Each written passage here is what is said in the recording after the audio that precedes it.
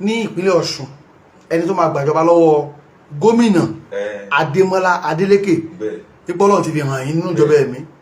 Màá sọ káwọn èèyàn tún gbọ́ sílẹ̀ bẹ́ẹ̀ ni. ṣé lóun ò lọ́mọ ni àbí bó bá fẹ́ wá kò lè para síbẹ̀. Nǹkan méjì ló wà nínú ọ̀hún.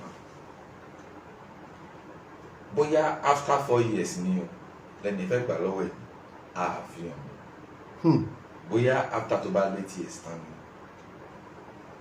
Ṣùgbọ́n tó ń bá gbàjọba lọ́wọ́ ẹ̀ Omiṣore.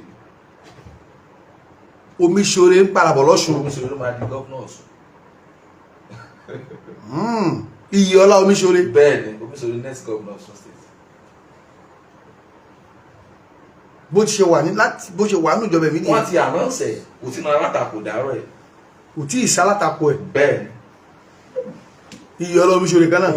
Tó bá ná látakò máa sọ bí fún ẹlẹ́sẹ̀ àṣebí ẹni tó ẹsẹ̀ wọlé. kò tí ì lọ́dún kan bẹ̀. The next person wà nínú ìjọba ẹ̀mí. ẹ tó máa gbàjọba lọ́wọ́ Ademọla Adeleke nípínlẹ̀ Ọ̀ṣun. Omiṣore ni Iyiọla.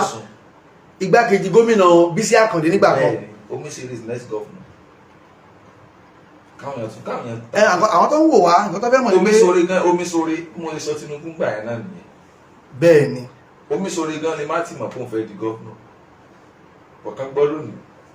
Olóń parabọ̀ lọ́ṣun. Yes, tán bá lè fa kalẹ̀ next 4 years against Adeleke. Mi ò wá lè sọ mi ò gbàdúrà kí ẹnikẹ́ni kú bọ̀ tí ò bá kú kò ní next governor. Tí ẹ̀mí ẹ̀ bá ṣe ń bẹ.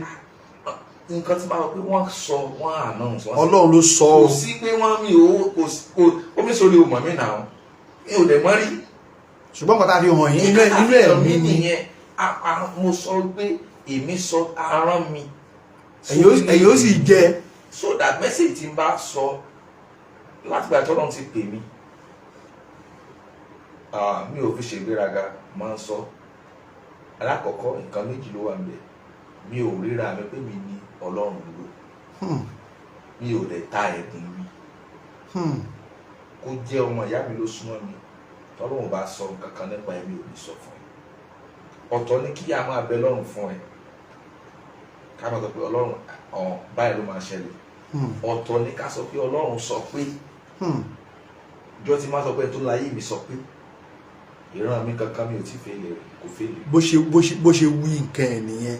Òun ló ní ògo ẹ̀ náà pàtí mi ò bá. Ọlọ́run mi ò lè ta. Kò sí rà because mi ò ṣiṣẹ́ fún. Tó fi pè é tó fi bùn yín. Kò sí rà. Kò lè ṣe fi rọ́kùn. So that kò sí pé bóyá àìmọye àwọn ènìyàn tí wọ́n ti pè so that wọ́n máa kí n lọ bẹ̀yẹn. Bàbá ọ̀kan lára nǹkan tí ó tún jẹ́ ọmọ Nàìjíríà lọ́kàn pàápàá wa Yorùbá òun náà ni ti Mọ́jàsọ́lá olóyè Sunday Adéyẹmọ ti wáyé mọ̀ sí Sunday Ìgbòho. Níbo ni nínú ìjọba ẹ̀mí níbo ni wọ́n bọ̀rọ̀ Sunday Ìgbòho dé báyìí nínú ìjọba ẹ̀mí. Mo sì sọ fún yín ní bí oṣù kan sẹ́yìn bẹ́ẹ̀ náà ló sì wà. Bẹ́ẹ̀ náà ló sì wà. Bó o ló ṣe wà fáwọn tó ń wò wá nígbà àkọ́kọ́. Olóyè Sunday Ìgbòho sì wà bí tán wà. Níbo náà wà. Ó sì wà ní àtìmọ́lé bí tán wà. Àtìmọ́lé ẹ̀mí. Àtìmọ́lé ẹ̀mí ni Sunday Ìgbòho sì wà. Àtìmọ́lé ẹ̀mí. Nǹkan tẹ́ sọ fún àgbà náà ni pé ẹni lára ohun tí ó lè tè gbàálẹ̀ náà ni pé ká bẹ Ọlọ́run ká ké pé ká yíra mọ́ ẹ sì sọ pé ẹ̀yin náà sọ pé ẹ fẹ́ bẹ̀rẹ̀ sí ní bá gbàdúrà. Mo ń ṣe àmọ́ náà mo náà méjì náà tán pè mí.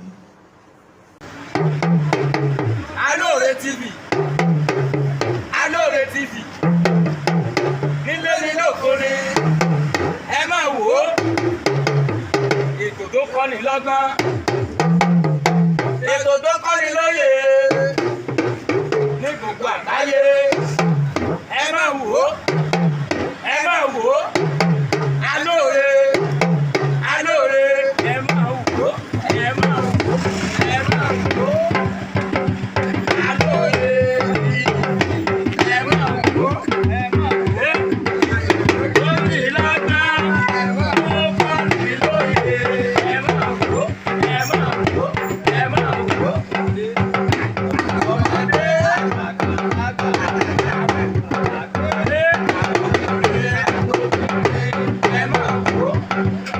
ayé òde lóko.